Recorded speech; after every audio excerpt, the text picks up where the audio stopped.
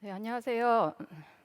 오늘 이 시간은 구속사 시리즈 3권 새 언약에 대한 부분에서 새 언약을 통해서 보여주신 하나님 나라에 대해서 말씀을 살펴보도록 하겠습니다. 하나님의 소원은 이 땅에 하나님의 나라를 세우는 것입니다.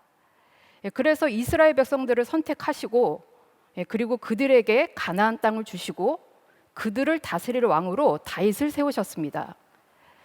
그리고 다윗을 통해 세우신 신정 왕국의 모습은 앞으로 우리가 들어가야 할 하나님 나라의 모습을 예표하고 있는데요. 오늘은 새 언약을 통해서 그 모습을 살펴보도록 하겠습니다. 먼저 첫째로 하나님의 마음에 합한 왕 다윗을 통해 하나님은 그 나라를 부강하게 하셨습니다.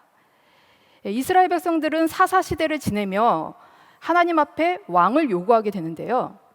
이에 하나님께서는 주전 1050년 베냐민 지파의 사울을 이스라엘의 초대 왕으로 세우셨습니다. 그런데 그가 하나님을 버리고 말씀에 불순종한 결과 하나님도 그를 버리셨습니다. 그래서 하나님께서는 사무엘상 13장 14절 말씀을 볼 때 내 마음에 합한 자를 왕으로 세우겠다. 그 왕이 다윗입니다.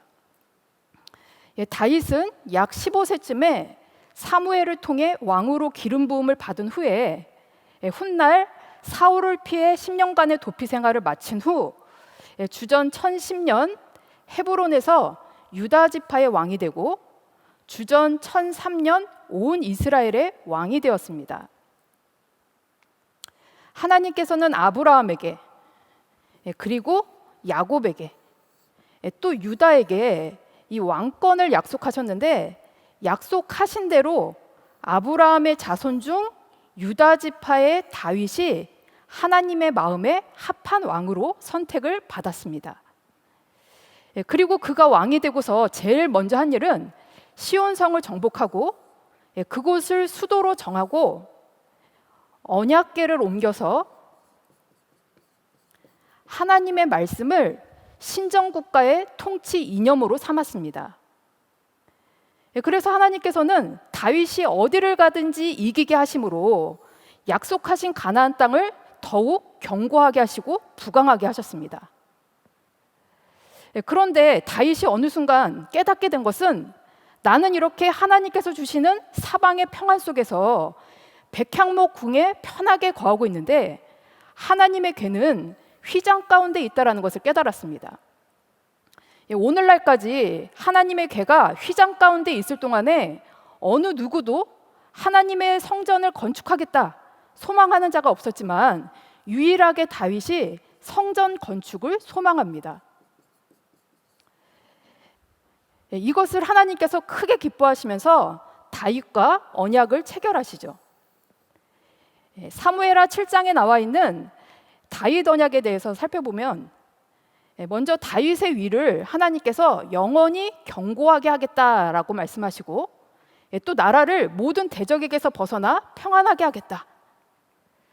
그리고 내 몸에서 날 자식을 통해 나의 집을 건축할 것이고 나는 그 나라의 일을 영원히 견고하게 하겠다라는 약속입니다.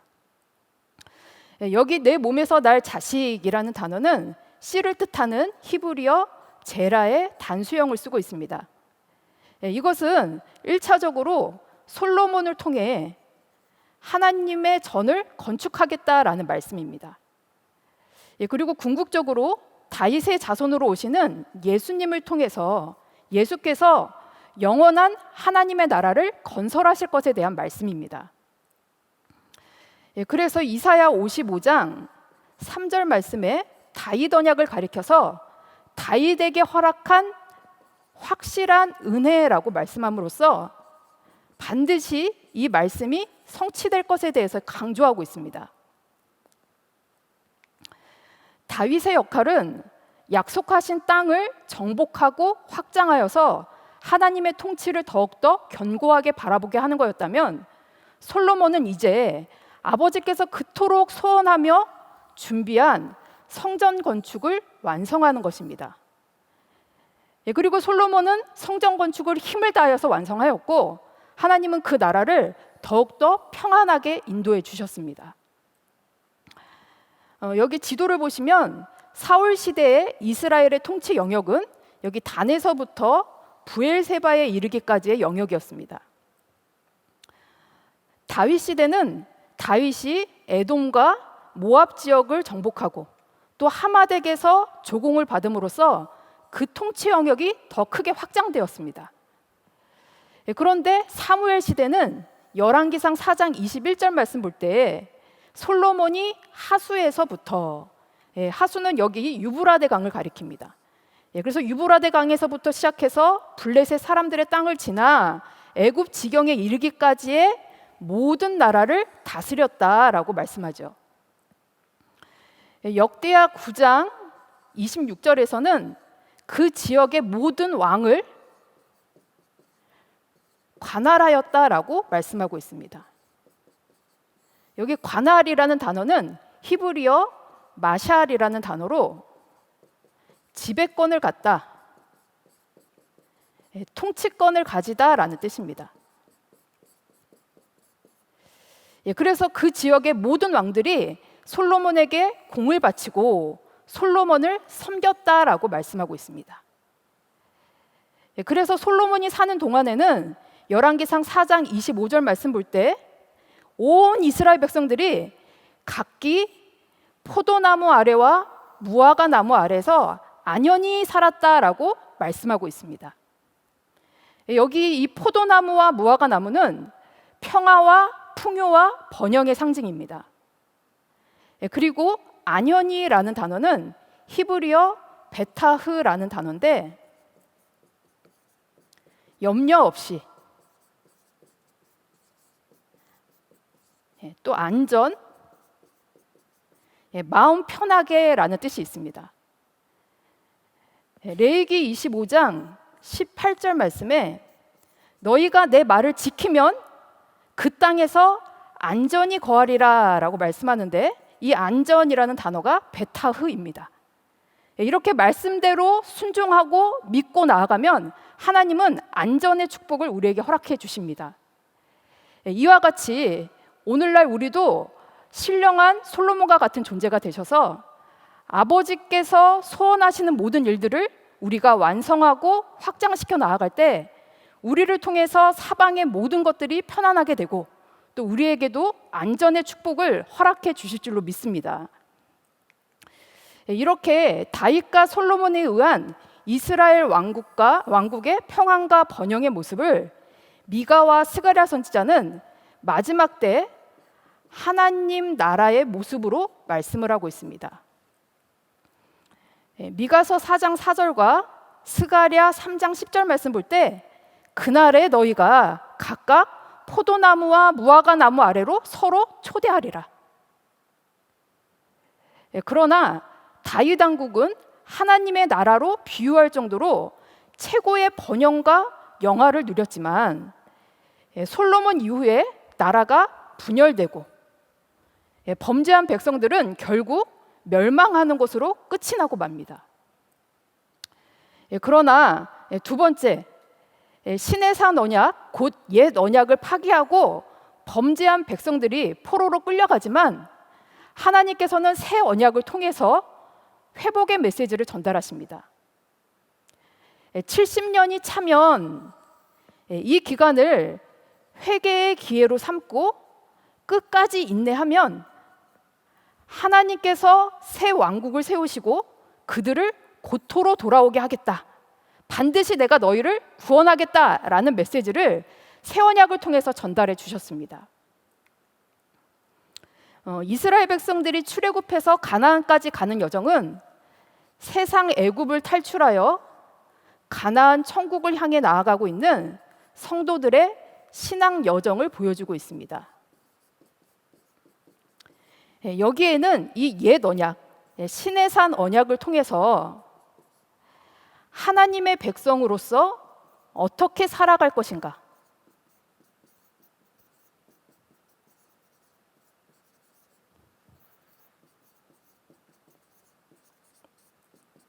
하나님의 백성으로 어떻게 살 것인가를 옛 언약을 통해서 알려주셨습니다. 그리고 가나안 땅에 들어갔지만 범죄함으로 바벨론 포로로 끌려갔다가 다시 귀환하는 이 과정은 세상과 마귀의 포로에서 해방되어서 이제 회개하고 하나님 나라로 귀환하고 있는 하나님의 백성들의 모습을 보여주고 있습니다. 여기에는 이 새 언약을 통해서 하나님의 나라를 더욱더 견고하게 바라보게 하고 또 구원의 소망을 잃지 않게 하였습니다.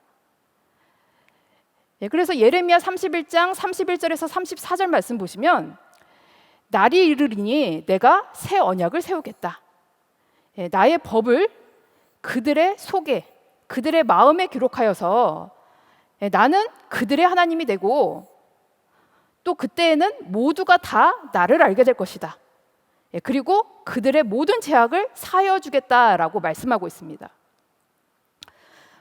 새 언약에 대해서 더 구체적으로 살펴본다면 하나님께서는 포로기 전후의 선지자들을 통해서 새 언약의 말씀을 보다 구체적으로 확장시키면서 계속히 전달해 주셨습니다. 이사야의 새 언약은 멸망 전에 미리 선포된 말씀입니다. 그리고 예레미야의 새 언약은 멸망 직전 긴급한 상황 속에서 선포하신 말씀이죠. 그리고 에스겔의 언약은 화평의 언약, 영원한 언약이라고도 하는데 멸망하여 포로지에서 선포된 말씀입니다. 그러면 이 새 언약의 대상자는 누구입니까? 이사야 59장 20절 말씀에서는 야곱 중에 죄가를 떠난 자, 곧 회개하고 돌이킨 자를 가리키고 있습니다. 그리고 예레미야 31장 31절에서는 내가 이스라엘 집과 유다 집과 새 언약을 세우겠다. 그런데 33절에서는 이스라엘의 집과 언약을 세우겠다라고만 기록하고 있습니다. 이것은 포로 귀환하는 백성들의 모습이 분열 민족이 아니라 통일 민족이라는 것을 밝히고 있는 것이죠. 또 에스겔 37장 1절부터 내용을 보시면 하나님께서 에스겔 선지자에게 마른 뼈를 보여주시고 거기에 생기를 불어넣었더니 큰 군대를 이루게 되는데 에스겔 37장 11절 말씀에 이 뼈는 이스라엘의 온 족속이다라고 밝히고 있습니다. 그리고 이어서 15절부터 23절 말씀을 보시면 북이스라엘을 상징하는 막대기와 남유다를 상징하는 막대기를 서로 연하여 하나가 되게 하라라고 말씀함으로써 회복되어 돌아오는 백성들의 모습은 분열 민족이 아니라 통일 민족이라는 것을 거듭 강조하고 있습니다. 이것은 새 언약의 대성자는 차별이 없고 회개한 모든 자를 품고 있는 말씀입니다. 그래서 새 언약의 영향력은 로마서 8장 19절에서 23절 말씀 볼 때 전 세계 열방뿐만이 아니라 모든 피조물까지도 포함하고 있습니다. 그러므로 우리도 이 새 언약 안에 이미 들어와 있습니다. 그러면 이 언약을 하나님께서는 어떻게 기록하셨느냐? 옛 언약은 돌판에 기록하였죠. 그런데 이사야 46장 12절 말씀에 마음이 완악하여 의에서 멀리 떠난 너희여 나를 들으라. 제발 좀 하나님의 말씀에 귀를 기울이라 라고 말씀하고 있습니다. 또 예레미야 50장 5절에서는 잊어버리지 아니할 영원한 언약 안으로 여호와와 연합하자라고 말씀하는데요. 이 말씀을 표준 세번역에서는 절대 파기되지 않을 언약을 맺고 나와 연합하자라고 말씀하고 있습니다. 이제 절대 파기되지 않을 언약을 맺기 위해서 하나님께서는 우리의 죄가 기록되어 있는 이 마음에 하나님을 아는 마음과 경외하는 마음을 주셔서 하나님의 영으로 하나님의 말씀을 우리의 마음에 기록하심으로써 우리의 전인적인 모든 삶이 바뀌어질 것에 대해서 약속하고 있습니다. 그리고 에스겔 36장 26절에서 27절 말씀을 보시면 하나님께서는 언약을 체결하기 위해서 흩어져 있는 자들 중에서 하나님의 백성들을 취하여 내시고 또 정결한 물로 씻기시고 새 영과 새 마음을 주어서 완전히 새롭게 창조시켜 주십니다. 그리고 그 속에 하나님의 신이 우리 속에서 역사하기 때문에 이제는 말씀을 지킬 수 있다라고 약속하고 있습니다. 그래서 언약의 결과, 이제 전인격적으로 체화된 말씀이 우리의 삶 속에서 절대 떠날 수 없기 때문에 이사야 59장 21절 말씀에서는 이 언약의 말씀이 내 입에서와 내 후손의 입에서와 내 후손의 후손의 입에 이르기까지 영원토록 떠나지 않을 것이다 라고 약속합니다. 이 말씀이 우리와 말씀의 모든 교회에게 임하여 준 줄로 믿습니다.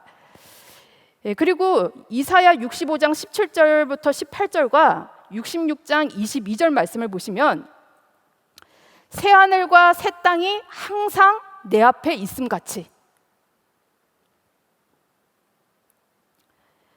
너와 너의 후손이 항상 내 앞에 있을 것이니 너희가 이 땅에서 영원토록 기뻐하고 즐거워할 것이다 라고 말씀하고 있습니다. 예레미야와 에스겔의 언약은 반복되는 내용이 있어서 같이 살펴보겠습니다.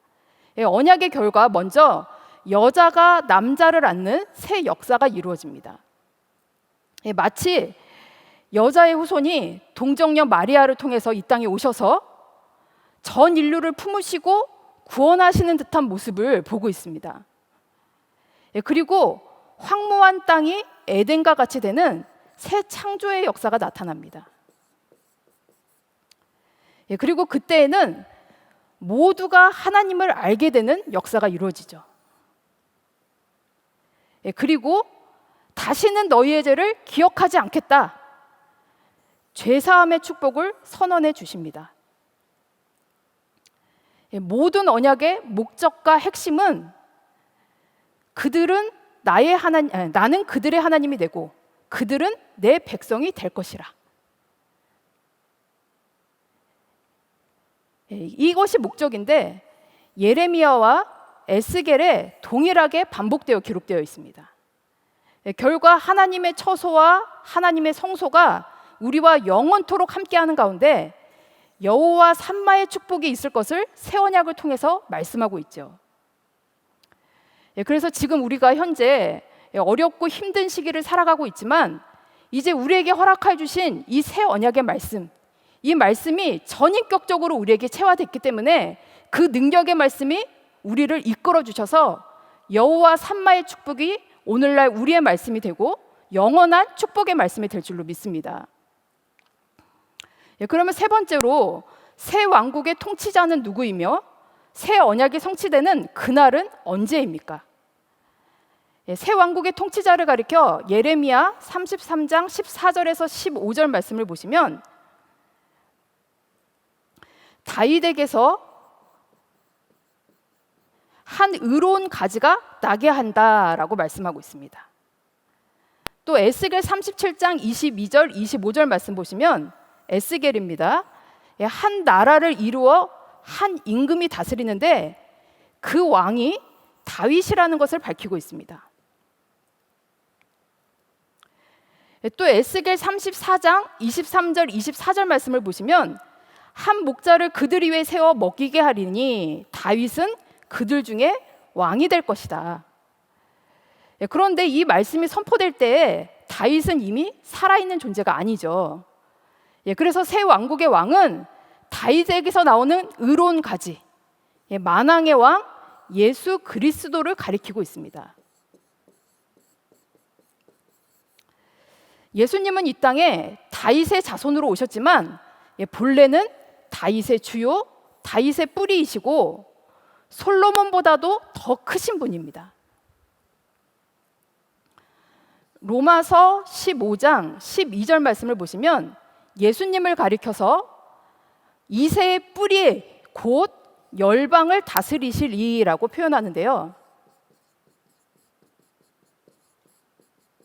열방이 그에게 소망을 둘 것이다 라고 말씀합니다. 또 이사야 9장 6절 7절에서는 예수님을 가리켜 다윗의 위에 앉아서 그 나라를 굳게 세우고 영원토록 보존할 것이다 라고 말씀합니다.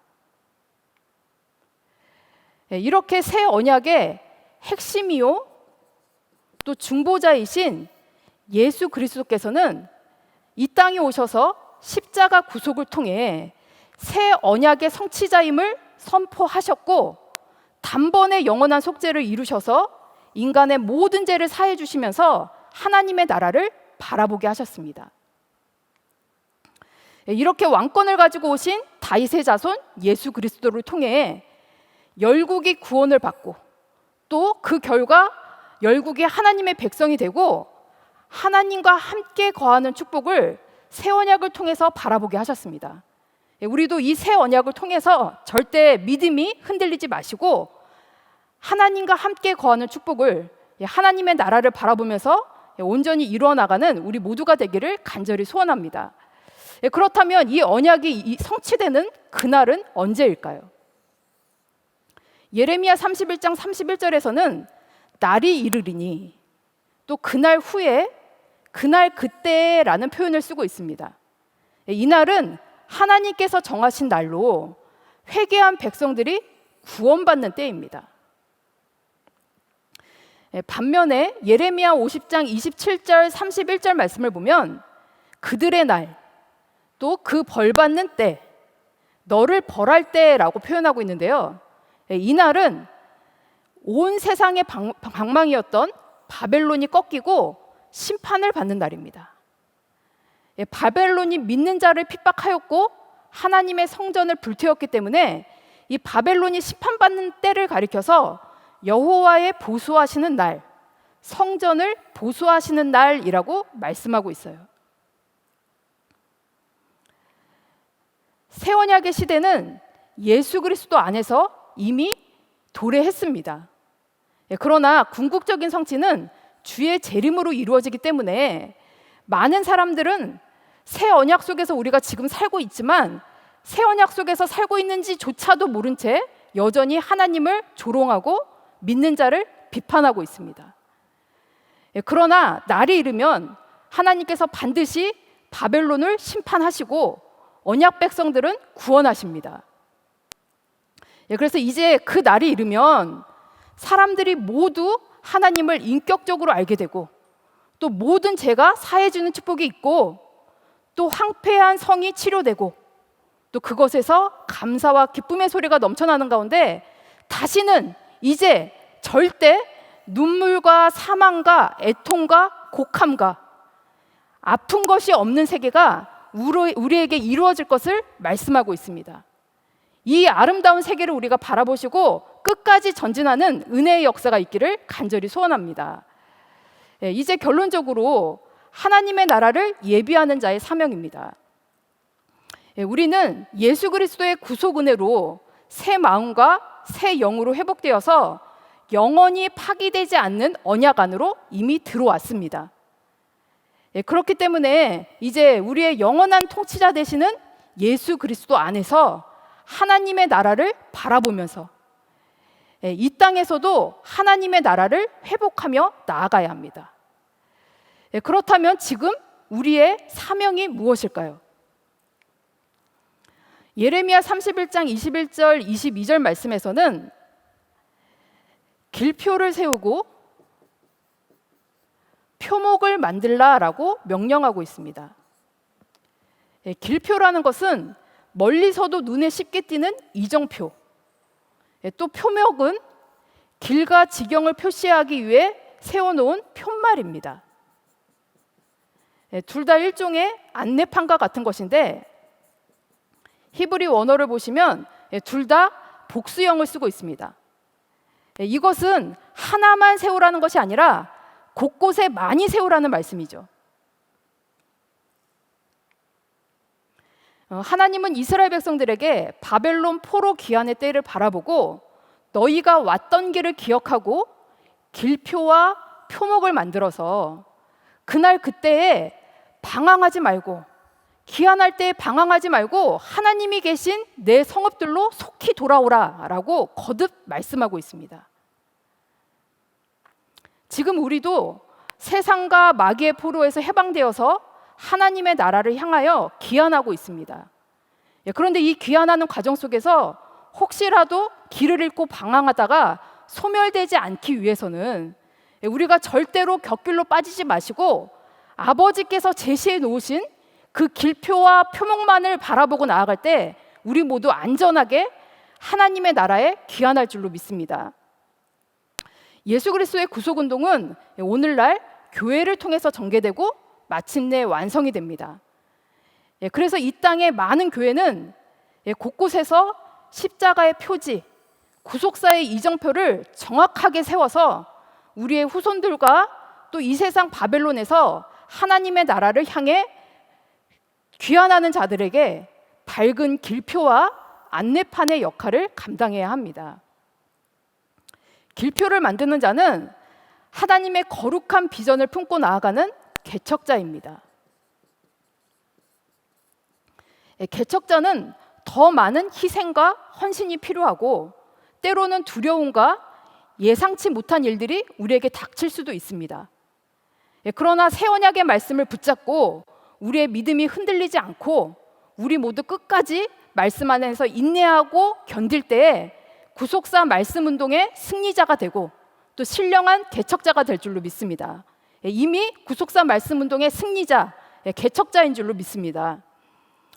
우리 교회가 세워질 때 첫 설교 제목이 이사야 60장 1절과 또 느헤미야 2장 18절 말씀에 근거해서 정지 없는 역사,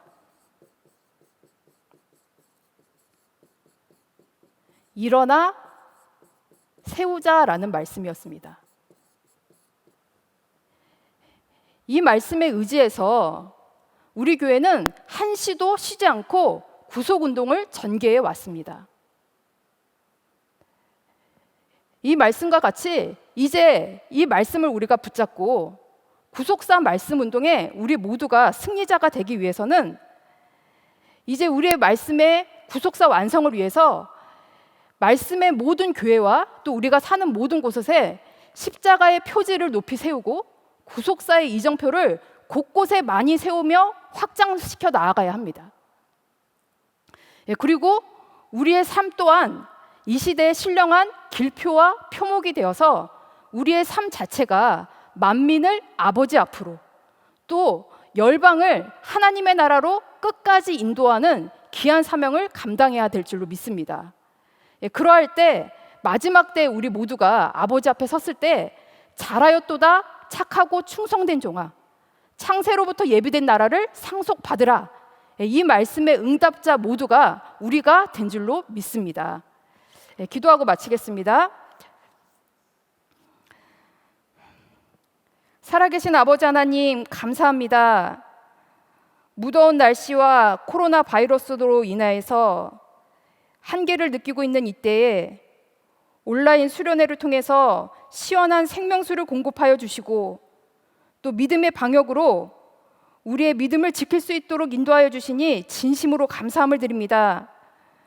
우리는 하나님의 생각과 뜻을 알 수 없지만 날마다 아버지께서 우리의 곁에서 힘을 공급하여 주시며 또 하나님의 나라를 바라보며 나아갈 수 있도록 인도하여 주신 줄로 믿사오니 끝까지 인내하고 견디어서 이 시대의 신령한 길표와 표목이 되게 하여 주시고 구속사 말씀 운동의 승리자가 될 수 있는 우리 모두가 될 수 있도록 인도하여 주시옵소서. 말씀만을 붙잡고 나아갑니다. 절대 곁길로 빠지지 않도록 인도하여 주시옵시고 우리 모두 다 같이 하나님의 나라에 온전히 귀환하는 은혜의 역사만이 있을 수 있도록 인도하여 주시옵소서. 이후에 있는 모든 시간 속에서도 함께해 주실 것을 믿고 감사함을 드리오며 예수님의 이름으로 기도드리옵나이다. 아멘. 감사합니다.